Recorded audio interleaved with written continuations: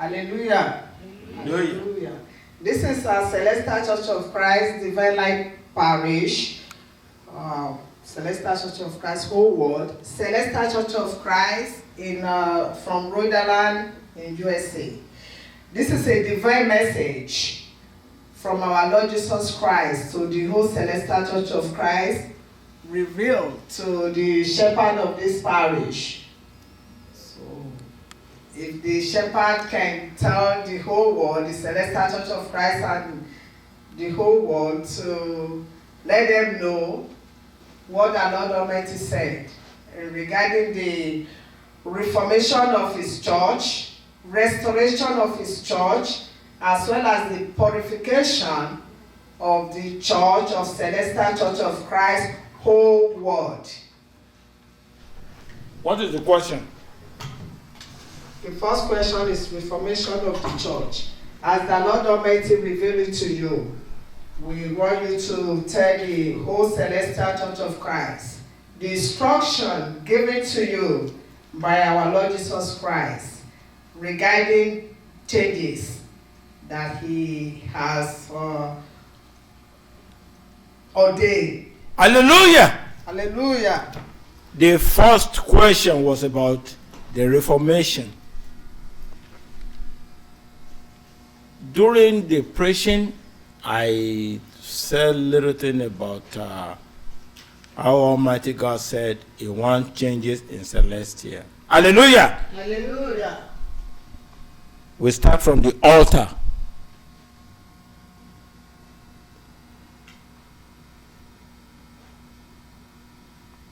At the early stage of Celestia, God gave them the grace, the elder, to be sitting inside the altar, the inner altar. Let me be interpreting it in Yoruba. Yeah, I can do both. Okay. Mo ní nígbà kan rí, Olúwa fún wa ní oore ọ̀fẹ́ nínú ìjọ mímọ́ pé a lè jókòó, àwọn àgbà lè jókòó sínú pẹpẹ, ṣùgbọ́n kò sí oore ọ̀fẹ́ mọ́. Olúwa ní òun ò fẹ́ ẹnì kankan nínú pẹpẹ òun mọ́. Kí nìdí èyí? Nítorí wọ́n ń gbé ara àìmáwọnú pẹpẹ Olúwa. Olúwa sì sọ wípé ẹni tí ó bá ṣe eléyìí nínú ìjọ mímọ́, ẹni tí ó bá gbé ara àìmáwọ inú pẹpẹ nínú ìjọ mímọ́ yóò ṣubú, yóò sì kú. Kì í ṣàròsọ. Mo fi olú ìjọ mímọ́, mo fi ṣẹlẹ́rìí mi. Olúwa sì sọ wípé àbí o fẹ́ jẹ́ kí wọ́n kú ni? Mo ní Olúwa, èmi kò fẹ́ ikú wọn. Ó ní sọ fún wọn. Mo wá béèrè, mo ní níbo ni wọn yóò máa jókòó sí? Ní iwájú Olódùmarè. Olúwa wa náwó sí ibi tí àwọn akọrin wà. Ààyè àwọn àgbà ọkùnrin nìyẹn nínú ìjọ mímọ́. Àwọn akọrin yóò sì lọ sí ẹ̀yìn àwọn ọkùnrin. Wọn yóò máa jókòó sí ibẹ̀. Hallelujah. Hallelujah. If you want to show the people, Yeah, this is it now. What the Lord ordained. Yes. All the men have been moved out. The elders, now they will move to this side. And the choir barricade will be moved to the end of the men's side in the church. Hallelujah. Hallelujah. Àwọn àtúnṣe tí Olúwa náà wọ́n ń fẹ́ nínú ìjọ mímọ́ nìyẹn. Àwọn kò fẹ́ ẹnikẹ́ni nínú pẹpẹ mọ́, àfi ẹni tí ó bá ń gbẹ̀sìn àti ẹni tí ó jẹ́ olùṣọ́ àgùntàn orí ìjọ ló ní oore ọ̀fẹ́ àti wọ inú pẹpẹ Olúwa. Hallelujah. Hallelujah. Ní àyè àwọn obìnrin, the women's side, kò sí àyè fún side sitting mọ́ nínú ìjọ mímọ́. Gbogbo àga inú ìjọ yóò kọjú sí pẹpẹ. Hallelujah. Hallelujah. No more side sitting in Celestia. Every chair in the house of the Lord must face the altar. Hallelujah. Hallelujah. Tí wọ́n bá bi mí pé kí ni dé tí àga tó wà níbẹ̀ wà níbẹ̀? That is the mother of Celestia, Holy Mary. Òun ló ní oore ọ̀fẹ́ àti wà bó ṣe wà. Tí ẹ bá bi mí pé you call her Mother Celestia, she is the only mother of Celestia. Hallelujah! Hallelujah. She is the only mother of Celestia. Kò sí ó bá ìgbà nǹkan tó ju pink, you can never be mother of Celestia. No way. No way. No way. We only have one mother in Celestia, and that is the Holy Mary. That is next time another topic. Or do you have a question for that? Yes. Okay. Regarding the bẹ́ẹ̀ ṣe sọ pé ìyá wa Maria mímọ́. Yes. Òun nìkan ló ní oore ọ̀fẹ́ tí Ọlọ́run fún pé kó jẹ́ Mother Celestia. Yes. So now olùṣọ́, because I rí pé like myself. Yes. I was given the title Mother Celestia. You bought it. You pay for it. It was not given by spiritual. You bought it. You pay for it. Hallelujah. Hallelujah. So bí ẹ ṣe sọ pé ìyá wa mímọ́ Maria nìkan ló ní oore ọ̀fẹ́ láti Yes. máa jẹ́ Mother Celestia. Yes. Ní ìjọmọ́. Yeah. Irú àwọn obìnrin tó ti gba Mother Celestia. You are daughter of Celestia. Gbogbo obìnrin tó bá gba àmì òróró tó lè mother. You pay for it. It's a daughter of Celestia. You can never be mother of Celestia. Kò sí mother kankan nínú ìjọ mímọ́. Hallelujah. Hallelujah. So if in order to support nǹkan tí olùṣọ́-àgùntàn sọ, tẹ́ bá wo ìwé orin 883. 883 kí ló Ó sọ? sọ wípé Holy Maria ìyá mímọ́, ìrẹ ní ìgbẹ́kẹ̀lé wa, dáàbò bò wá, ràn wá lọ́wọ́. Yes. Lórí ògo rẹ. Yes. And as well, if you go to the hymn book 762. Yes. Ó ní ẹ̀yin ará nínú Kristi. Yes. Ẹ gbé omi sókè kí ẹ sì gbọ́ ohun tí Jèhófà sọ. Yes. Èrèdí rẹ̀ tí ẹ wà fún wa nínú ìjọ mímọ́ yìí. Èrèdí rẹ̀ tí ẹ wà fún wa nínú ẹgbẹ́ ńlá yìí. Kí Maria ìyá wa. Maria, our only divine mother. Hallelujah. Hallelujah. Nítorí Maria ní ìbẹ̀rẹ̀ pẹ̀pẹ̀ Celestia wa, ó mọ̀ farahàn sàmọ́ ẹbẹ̀ lè wọ ọ̀ṣọ́fà. Okay. Ó mọ̀ fi ara hàn sàmọ́ ẹbẹ̀ lè wọ ọ̀ṣọ́fà.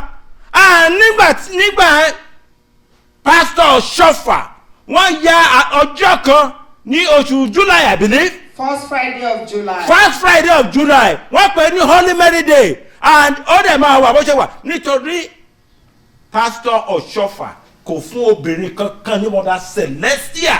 He know himself. Kò sí ẹni tó lè jẹ́ Mother Celestia. Just like another question. The founder of this church. Olùṣọ́, before you go to that topic, ti Mother Celestia yẹn. Yes. Lọ́jọ́ first Friday of July. Yes. Tí Pastor Ọ̀ṣọ́fà. Yes. To dedicate fún our Mother Celestia. Divine Mother, the Blessed Mother. Yes. So ọjọ́ yẹn sìn, will that day be observed as Mother Celestia Day? Yes, Mother Celestia Day. So we Kò tí must- sóbìnrin kankan tó lè jẹ́ Mother Celestia. Kò possible.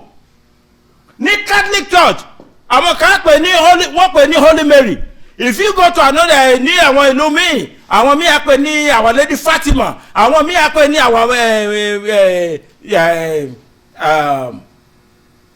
Our Lady of Guadalupe. In Celestia, ó ti wá sínú ìjọ mímọ́.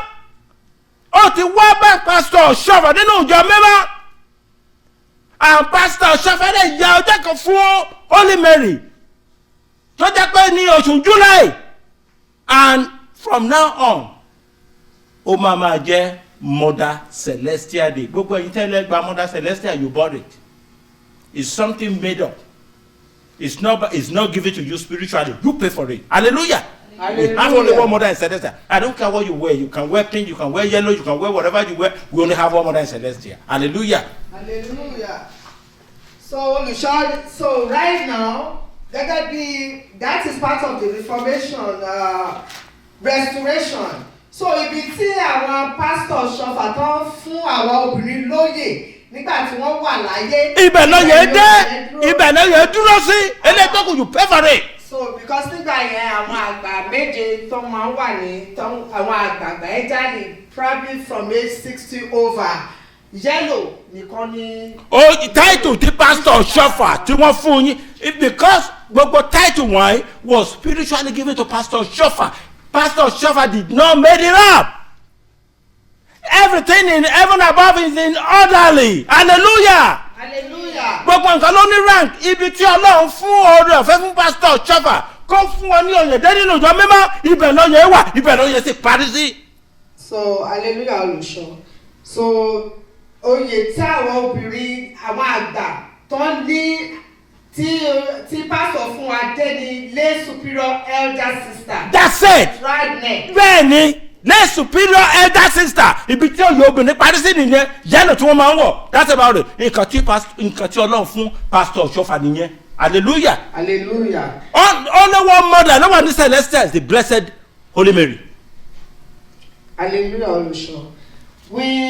Now we are going to touch the topic about the founder of the church. Yes. Because we heard it many times. Yes. That is the pastor Shofar is the founder of the Celestial Church. Yes. As well pé tá bá ń ṣèkórè àwọn shepherd máa ń sọ pé àwọn ṣọdún Ọ̀ṣọ́fà ló ní ìkórè. Many questions. Okay, question so ten be let's start from the founder of the church. So I fẹ́ bèrè olùṣọ́ because we know in the constitution and I read nínú ìwé orin tó wá fi fún ìjọ mímọ́ that God himself he said I am the owner of this church. Bẹ́ẹ̀ni. So if you go into book hymn 290. Yes. 384. Yes. 330. Yes. 703. Yes. 465. Yes. And you will see all the songs tí Olúwa tó. Yes. Yes. So I can clarify it fún wa because we need to know. Hallelujah. Who is the founder of this church. Hallelujah. Hallelujah. If you go back to the Constitution of Celestia, what page? Okay, if we go to the constitution, we be page what page? 3. Page 3. Yeah. Hallelujah ma. Eba mi ka page 3 yẹn. Hallelujah ma. Hallelujah. Hallelujah ma. Eba mi ka page yẹn nínú that constitution. Okay.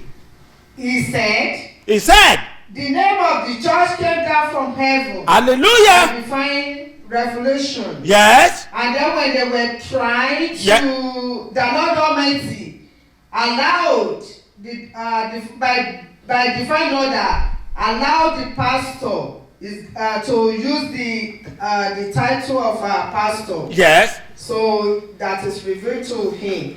So if you go to the registration, the constitution. Yes. I believe it's page 28 to 29. What did he say? Okay, it says when they were trying to register this holy church, they couldn't register. They was unable to do that. And then the man had been waiting for him for a few days. Yes. He was also informed. Yes. Then the Governor General Sergeant Sobitison. Yeah, in the colonial era. Yes. That in his dream. Yes. A tall. Yeah. White man. Yes. With long hair. Yes. Parted in the middle. Yes. And robed in white. Yes. Appeared to him. Mm-hmm. And instructed him. Yes. To sign the certificate of registration. Yes. Of Celestial Church of Christ. Yes. Because the church was his. Yes. The following morning, yes, he signed the certificate. Yes. That was the miracle of the registration. Hallelujah. Hallelujah. Hallelujah. Hallelujah. Pastor Shofar, of his blessed memory, he never said he's the owner of Celestial. You people are the one attributing all this title to this man. Pastor Shofar was allowed by divine power to use the pastoral title in Celestia. Shofar is not the owner of Celestia. This is not a family business. It's never a family enterprise. This is a child that was descended from the holy heaven. Hallelujah. Hallelujah. Pastor Shofar is not the owner of Celestia. According according to the story that was written in the Constitution Celestia. Okay. They tried to register this church. He was unable to do that during the colonial era. Hallelujah. Hallelujah. And the man, Secretary General, whatever they call him, Robinson or something, Governor.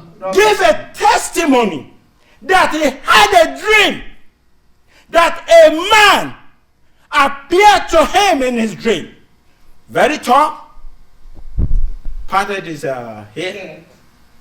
put on a white sutana, and said to him, he must sign the registration form because he is the owner of this holy church. That was how the church was able to be registered.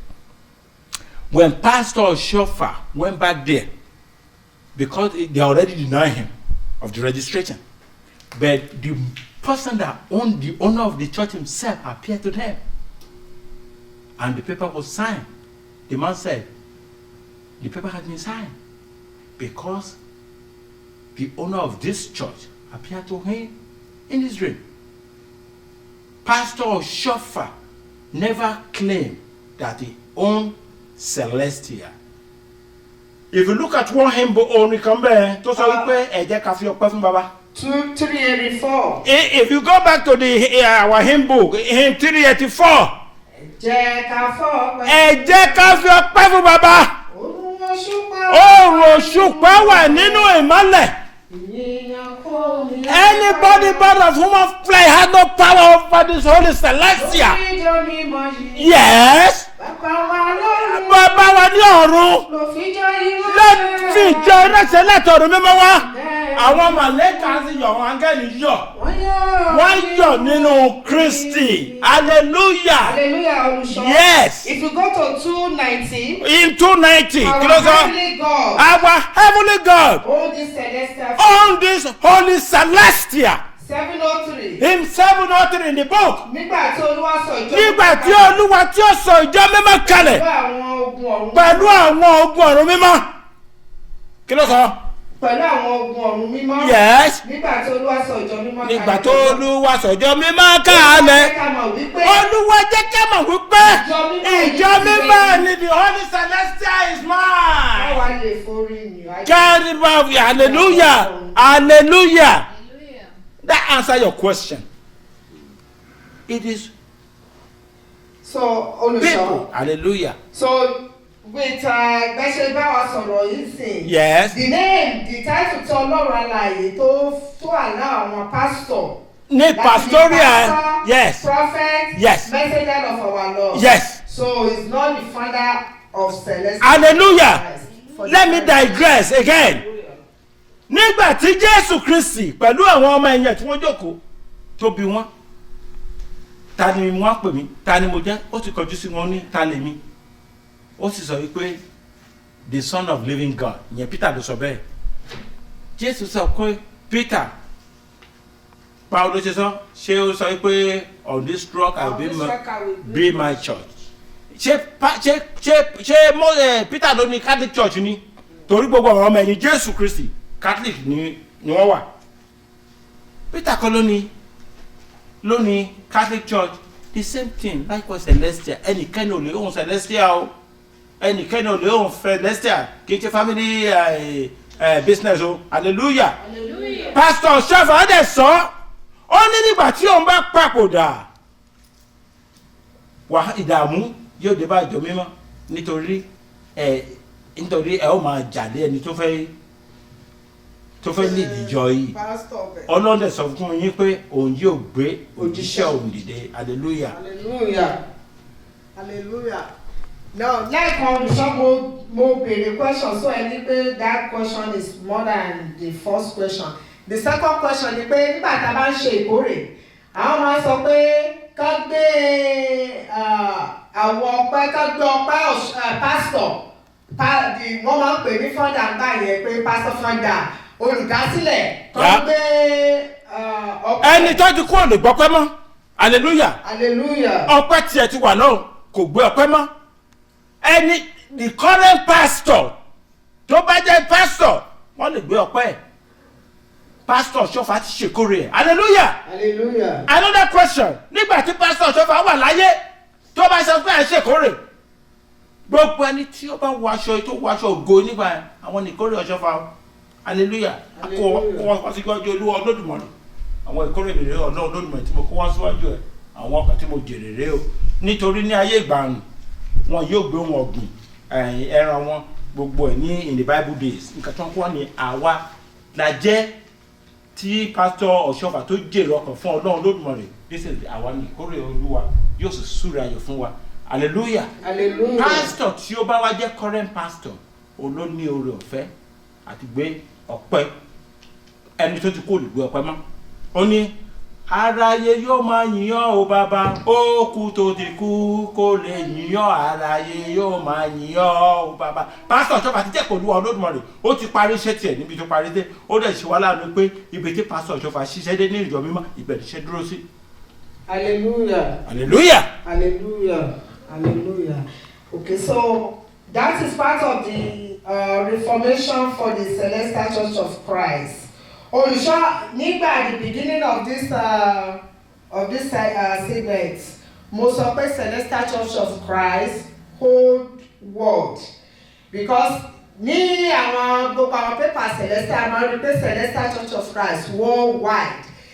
Kí ni ìdí rẹ̀ nínú parish Olùṣọ́ tó ń pé now the Lord Almighty said I am the global general and I want this Church of Christ. Hallelujah. To be addressed as a whole world, not worldwide. There was a gentleman that came to this church. I cannot remember the year. He gave this. He gave no. This was given to us, so we. The original was given to us 2012, but the original copy, the original is in the altar. I put it right there. That we should address him because he's the global general. This man came. The message was given. The note was given to me. I read it. I read, who is global general? I showed to some shepherd back then. They were saying, "Oh, this is the message that we should address." He said, "I am a global general." If you want, I am a global general. Yes. It's a person whose own life is the whole world. The whole world, not worldwide. And accept all people, regardless of religion, culture, political parties, but disapproves of all evil. Yes. And approves all good. Yes. He said, and let me show it because I want. Let me go and bring it.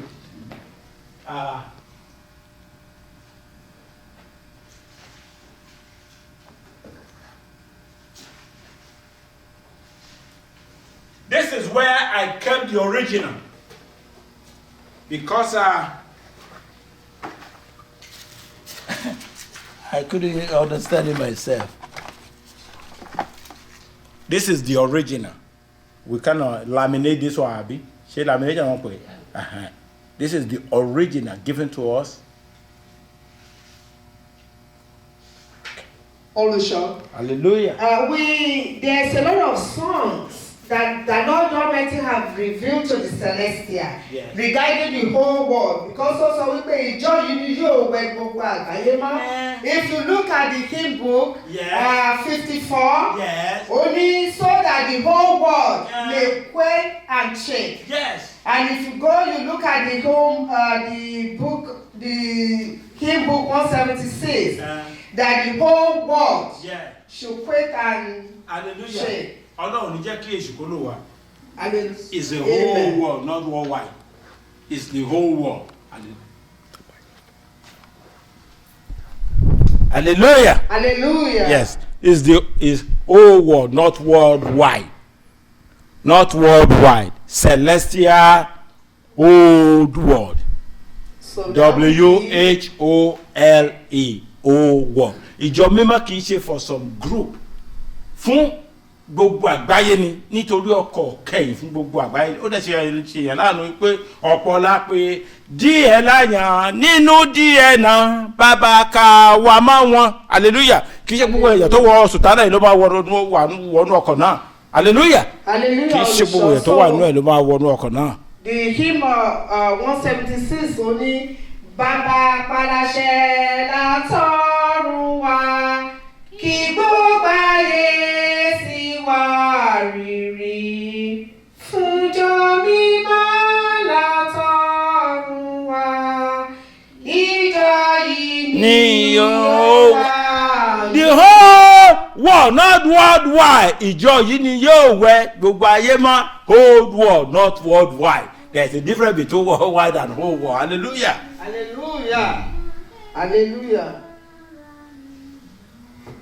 So those are the part of the reformation of the church. And ìkórè tí wọ́n bá ní ìkórè àgbà kò sí kan tó jẹ́ àgbà kan ló ní ìkórè Olúwa ló ní ìkórè ẹ o kí Ọlọ́run ló dúró olú ìkórè kò kórè ayọ̀ fún gbogbo wa o Olúwa ló ní ìkórè ẹ àgbà kankan ò ní ìkórè kankan Olúwa ló ní ìkórè Olúwa là ń kórè fún àkórè fún àgbà kankan. Hallelujah, Olùṣọ́. Now that this part of we put it under restoration. Nígbà tá a bá ń kọrin wọlé, nígbà tá a bá ń ṣèkórè, first of all, nígbà tá a bá ń ṣèkórè, aago mélòó ló yẹ ká. aago mẹ́wàá nítorí owó money is a business because ẹ mọ̀ pé tẹ́ bá tètè parí tẹ́ bá bẹ̀rẹ̀ ní aago mẹ́wàá ọ̀pọ̀lọpọ̀ ni ò ní ráyè ni ò ní wọlé ni ò ní wáyé ti parí ìsìn owó ò ní dé ńgbà ẹ ara lẹ fi ṣe aago mẹ́wàá ni kò sí ibi tọ́nà sọ pé aago mọ́kànlá. The time still remain the same. The same Jerimoyama remain the same yàrá sára orí àti tọ́fìtìlà remain the same kò sí orí ọ̀fẹ́ pé à ń yí orí kan padà pé ńgbà tá à ń ṣèkórè Olúwa sọ bẹ́ẹ̀ Jerimoyama orin táwọn ọ̀run kọ wọlé nìyẹn kì í ṣèjọ ara ìjọ ẹ̀mí ní Celestial. So Olùṣọ́ nígbà tá bá ń ṣèkórè the Jerimoyama follows. Ìgbà tó bá ń ṣe kómọ ìgbà tó bá ń ṣe birthday kò sí any grace tí Ọlọ́run fún anybody pé. orin àkọwọlé nínú ìjọ mímọ́ is Jerimoyama tí ẹ bá kọ Jerimoyama tán nígbà tí ẹ bá wọlé tẹ́ bá ti wọlé tán tí ẹ bá ṣe kómọ tí ẹ bá fẹ́ kọ orin míì ẹ lè kọ orin míì bẹ́ẹ̀ Jerimoyama ni orin àkọwọlé nínú ìjọ mímọ́. Olùṣọ́. We also see pé nínú àwọn choir that Lord Almighty said to you that there is discord ní ilé Olúwa pé àwọn akọrin orin tó Olúwa yàn fún wa nínú ìwé orin gbogbo ìwé orin tó Olúwa fún Celestial of Christ. Yes. Ṣé kí Olúwa fún wa pé ká lè máa fi there are all kinds of segments pé ìbùkún ìgbéga ìṣẹ́gun ìrònúpìwàdà gbogbo ẹ̀ lọ́lúwa fún wa. Why is it? So Ṣọ́lúwa fún wọn lórí ọ̀fẹ́ pé ká máa kọrin. Kò sọ́dọ̀ ọ̀fẹ́ kankan. Ebenezer. Ò sọ́dọ̀ ọ̀fẹ́ kankan.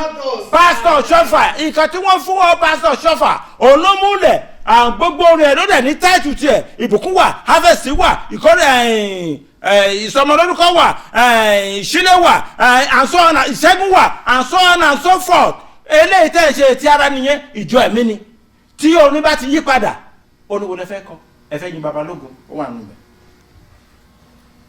ẹ fẹ́ orin ìṣẹ́gun ni ó wà nù mẹ́ nígbà tí Celestial bá fi ẹnu lé orin yẹn Olúwa ti mọ̀ pé àwa nìkan ìjọ mímọ́ nìkan ló ní oore ọ̀fẹ́ yẹn níbi tí Catholic wọ́n ti jẹ́ ọmọlẹ́yìn Jésù tó àwọn ò ní oore ọ̀fẹ́ yìí hallelujah hallelujah ọ̀nà yóò dúró tì wá. Olùṣọ́, now I'm going to divert into like àwọn òjíṣẹ́ nínú Olúwa pé à ń jíṣẹ́ pé because I could recollect I'm trying to figure things out and I'm trying to ask a question too. Nígbà tí òjíṣẹ́ bá ń òjíṣẹ́ nínú Olúwa kí ni ìlànà fún àwọn òjíṣẹ́ ní inú ìjọ mímọ́ lóòótọ́ l'Olúwa sọ pé òun ó yan òjíṣẹ́ ìjẹ́ òjíṣẹ́ right now nínú ìjọ mímọ́ hallelujah òjíṣẹ́ mímọ́ Ọlọ́run wà nínú. ẹ ṣí hymn number 13 kí l'Olúwa sọ nínú bẹ̀ hymn number 13 kí l'Olúwa sọ. Olúwa sọ wípé ìwà rere mo tọrọ fún yín ẹ̀yin wà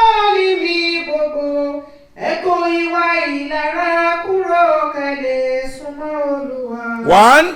Jímọ̀ta mímọ́ ló jíṣẹ́ yìí, lóní kẹ́yìn mayọ̀, kẹwẹ́ gbogbo ẹ̀ṣọ́ kan nímọ̀ kẹ́lẹ́ súnmọ́ Kristi. Hallelujah. Hallelujah. Nǹkan tí ẹ bèrè fún, èmi ń sọ fún yín lẹ́nìí, kò sójíṣẹ́ kankan nínú ìjọ mímọ́.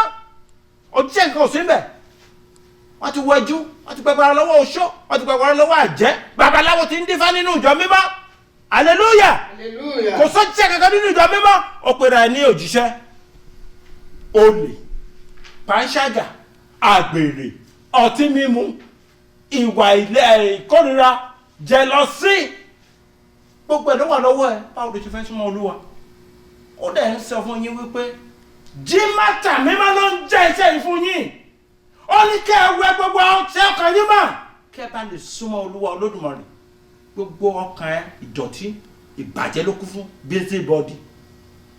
Chọ̀chọ̀kúròchọ̀ ó sọ báyìí ó sọ báyìí. Ó dẹ̀ gbé sísẹ́ ní hallelujah. Olúwa sọ wípé kí ló Olúwa sọ? Bọ́dọ̀ wá ti báyìí sọ hallelujah. Kò sọ jẹ́ kankan nínú ìjọ mímọ́. Kò sọ jẹ́ kankan nínú ìjọ mímọ́. Ibi tí pásítọ̀ Ṣọ́fà ṣiṣẹ́ dé tó jíṣẹ́ dé nígbà ẹni tí ẹ parí sí. Òjíṣẹ́ lè wà nígbà ayé pásítọ̀ Ṣọ́fà pẹ̀ nígbà tí wọ́n papòdà.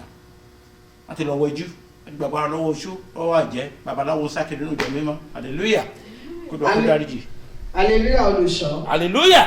Ní parish yìí náà, Olúwa fi hàn tó sọ wípé ìyẹn Jésù Kristi tó ń sunkún pé èmi ni Ọlọ́run tó ní ìjọ mímọ́. Bẹ́ẹ̀ni. Mò ń sunkún fún gbogbo Celestial. Bẹ́ẹ̀ni. Wípé ká sọ fún àwọn ọmọ ìjọ mímọ́ pé èmi Ọlọ́run alààyè ò gbọ́ àdúrà ìjọ mímọ́. Bẹ́ẹ̀ni. Bẹ́ẹ̀ ni mo sì di ojú mi. Bẹ́ẹ̀ni. So àwa bèrè pé olùṣọ́, ṣé is it possible because Olúwa sọ we know that not said it but ọmọ aráyé ìjọba sọ pé Olúwa sunkún ìrọ̀lẹ́. Yes, Olúwa sunkún. Ó wà nínú Bible ńgbà tí Lásárù kú. Ó sunkún. Nítorí ó fẹ́ràn Lazarus, ọ̀rẹ́ ẹ̀ ni. Even though ó jí dìde, bẹ̀ ó jí sunkún. Ó sunkún fún ìjọ mímọ́ nítorí ará ní ìjọ mímọ́. Ó ní ìjọ mímọ́, ìjọ tí mo fi omi ara ẹ̀jẹ̀ ara mi dání ara mi níjọ yìí. Ẹ wò ó, ìjọ tó yẹ kí ara kí ó tù yàn, kó tu ọmọ ìjọ mímọ́. Ara wa ni wọ́n nínú ìjọ mímọ́. Yes. Ó ṣe láàánú.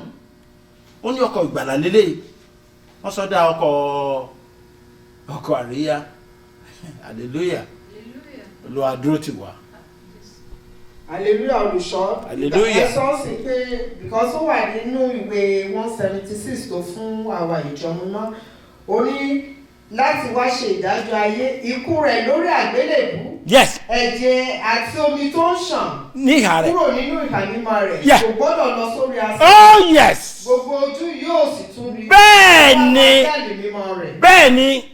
Bẹ́ẹ̀ni. That is why mo ti sọ ìwé orin Celestial kì í ṣe ìwé orin àríyá. Ìwé orin wà fún wa láti máa fi ṣe wàásù kí Olúwa Olódùmarè kábàámà bí ọ̀run nǹkan tí Olúwa ń sọ fún wa. It's all message. It's warning how to worship Him. What the purpose of Celestial? Kí ni ìdí tí a fi gbéjọ kalẹ̀ fún ọkọ̀ ìgbàlà fún gbogbo àmà? Ayé ò tí ì lè parun. If you go back to today's lesson, ó sọ wípé ní today's lesson the book of Exodus tí ó sọ wípé ayé ò tí ì parun. Rúkèrúdò yóò gbalẹ̀ ayé kan.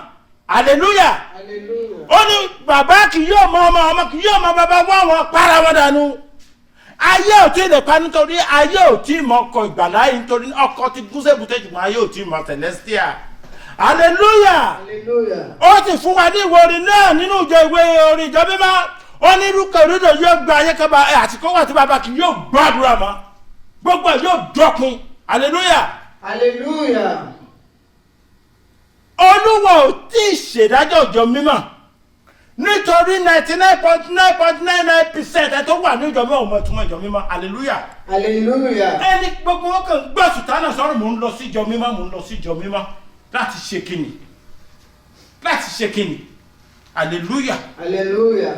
Ó ní ìgbà tí gbogbo wọn bá sọ tí gbogbo yín bá bọ̀ tí gbogbo ọmọdé máa sọ pé tí wọ́n bá mọ ìtumọ̀ ìjọ mímọ́ ìgbà ní ìdájọ́ dé ní ìjọ mímọ́.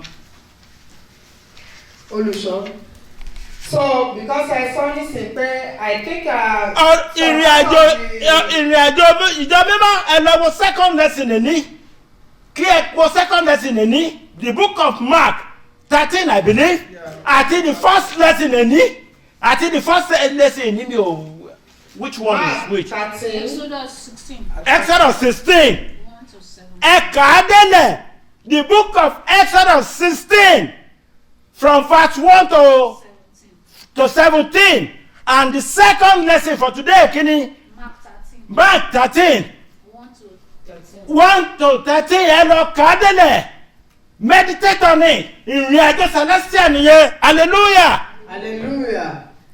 Olùṣọ́, ẹ sọ pé it's like we celestial we don't mọ nǹkan tó tẹ̀ jẹ́ celestial. No. Celestial. No. So olùṣọ́ yẹn that bring me to the point pé kí ni ẹ rí àti sọ fún àwọn ìjọ mímọ́ because Olúwa fi ìṣípayá kan hàn yín tó ní pé kí ẹ fún pé kí gbogbo ọmọ celestial kan ní the rules and tenets of celestial. Yes. Tí wọ́n kọ́ wá ní ìwé orin tó sọ pé I will follow. Yes. Yes. So nínú ìṣípayá yẹn olùṣọ́ is it not more wise fún àwọn celestial ká lè ní ìwé orin yìí? Yes. Bible the rules and tenets of celestial. Yes. Àti constitution celestial. Yes. Àní máa kùnà àní ṣìnà.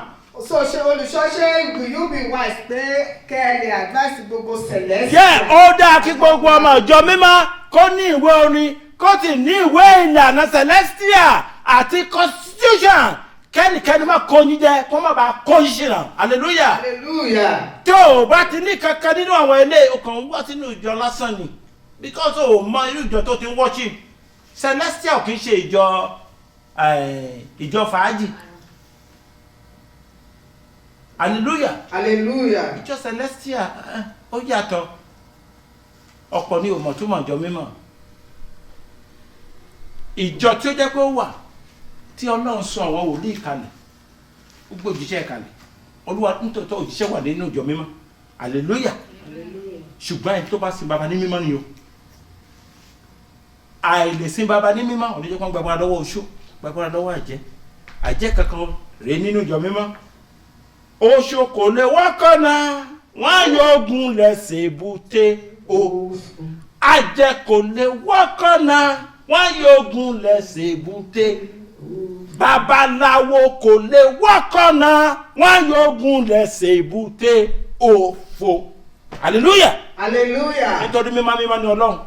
Hallelujah olùṣọ́. Hallelujah. Lẹ́ẹ̀kan ẹ sọ̀rọ̀ wípé ọkọ̀ kẹ́yìn ti dé. Oh yes. Pé ó ṣe yín láàánú wípé pásítọ̀ Ọ̀ṣọ́fà nìkan ló wà nínú ọkọ̀ yẹn. So that brings me back to nínú àwọn define Olúwa fi hàn Divine Life Parish pé a rí nínú àwọn àgbààgbà tó wáyé pé we expect them to be lọ́dọ̀ Ọlọ́run. And you expect them but wọn ò sí baba ní mímọ́. Wọn ò sí baba ní mímọ́. Wọn ò sí baba mímọ́ nítorí wọ́n kọ etí inú sí ọ̀rọ̀ Ọlọ́run Olódùmarè. Wọn ò follow instruction. The instruction was given to Ọ̀ṣọ́fà nígbà tí Olúwa tí Ọ̀ṣọ́fà bá papòdà Olúwa yóò yan òṣìṣẹ́ rẹ̀ yóò gbé àwọn tí ẹ dìde. Wọ́n gbà láyè bẹ̀rẹ̀ lórí Ìbàdàn and so on and so forth. Hallelujah. Hallelujah. Olúwa kó dáríjì. That is why tó jẹ́ pé Ọ̀ṣọ́fà nìkan ló wà ní ọkàn rẹ̀ nítorí ó sin bàbá ní mímọ́ ó dẹ̀ ṣèfẹ́ Ọlọ́run Olódùmarè hallelujah. Hallelujah. Hallelujah olùṣọ́. Hallelujah. Ẹ jẹ́ kí n padà wá sí nínú àwọn àlàyé tí ẹ̀ ń ṣe fún wa ni pé because a lot of people lè sọ wọ́n máa sọ nísìnyí pé Divine Life Parish, yes. The instruction tó Olúwa fún wa, yes. We have carried out yes. the instruction because ó ní pé àwọn àgbàgbà ọkùnrin kó máa jókòó sí pẹpẹ mọ́ kó wá sí ibi táwọn àwọn akọrin wà. Olùṣọ́ because a fẹ́ kẹ́ ṣàlàyé náà fún wọn pé this message is from above. So àti gbogbo parishes kí wọ́n lè. Hallelujah. Olùṣọ́. Second lesson ní ẹ̀ kí ló wí. Second lesson. Yes, the second lesson for today. Mark. Mark. Kilo sọ ẹ bá mi kà. Ìwé that will answer your question. Mark. 13. Mark 13. Kilo wí. Oni. láti one sí. No, not because you say gbogbo ẹ̀. Okay. Oni. Wait. Mark.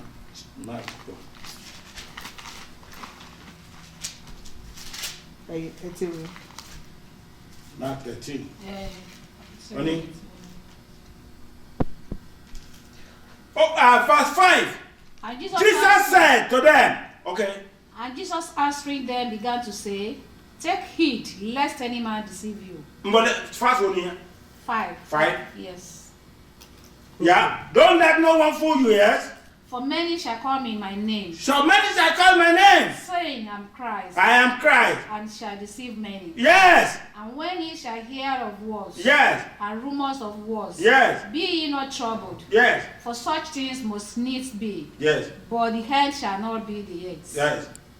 Hallelujah. Hallelujah. Go to verse 9. But take heed to yourself, Yes.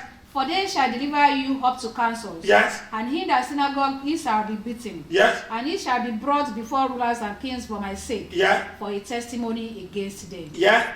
But before the end of But before the end comes, yes, the gospel must be preached. the to all gospel people. must be free to all people. And when you are arrested and taken to court, Yes. do not wonder ahead of time about what you are going to say. Hallelujah, ma. Ibi tí mo lọ nìyẹn. The gospel must be preached. Iṣẹ́ tí Olúwa rán mi. I must deliver it, and I've done it now. Iṣẹ́ tí Olúwa rán mi nìyẹn. Wọ́n kò mọ̀ ìgbà tí wọ́n mọ̀. Hallelujah. Hallelujah. Buy it, wọ́n ti mọ̀. He who have ear, let them hear. Hallelujah. Hallelujah. But I will keep preaching it because this is what give it to me. Hallelujah. Hallelujah. So what the shepherd said, kí nǹkan tí olùṣọ́àgùntàn sọ ni pé iṣẹ́ tó lúwa Ọlọ́run alààyè ráwọn ó di dandan ni pé kí wọ́n jẹ wọ́n sì ti jẹ fún gbogbo àwa ìjọ mímọ́. You don't have to lie to So me. wọ́n ní pé Olúwa sọ wípé kí àwọn àgbààgbà ọkùnrin kí wọ́n yẹra fún àwọn nínú ọ̀tá wọn kí wọ́n máa jòkó síbi tí àwọn akọrin wà tẹ́lẹ̀. Then àwọn akọrin wọn á wá sáàyè lẹ́yìn ibi tí àwọn ọkùnrin wà ń bẹ̀. I'm just trying to Okay. summarize all what we have said. So you wanna show it one more? We have Divine Life Parish. We have changed that. We've done according to the instruction given to us by our Lord Jesus Christ. So this is where the choirs are now. And àwọn àgbààgbà obìnrin náà ìjókòó wọn àti ṣèyẹn náà ní question kankan.